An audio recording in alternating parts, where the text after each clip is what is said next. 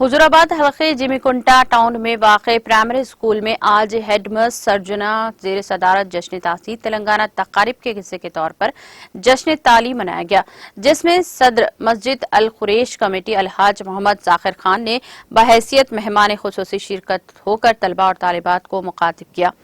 इनामात से भी नवाजा। इस मौके पर खिताब करते हुए अलहाज मोहम्मद ज़ाकिर खान ने मुत्तहिदा रियासत में अल्लाह खैर तेलंगाना से हुई नाइंसाफी और हक तलफियों की तफसीलात पेश करते हुए अलहदा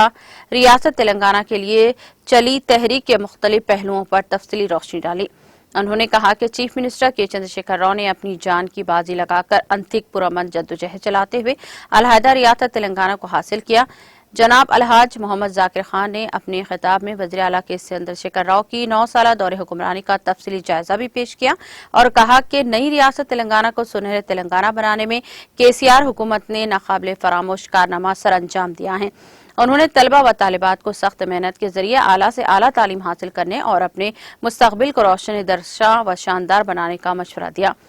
हेडमिस्ट्रेस सर्जना के अलावा जिले परिषद high school head master Mohammad Abdul Ali, Bismillah Khatun और दूसरे टीचर्स भी इस मौके पर मौजूद कर तलबा को मुखातिब किया।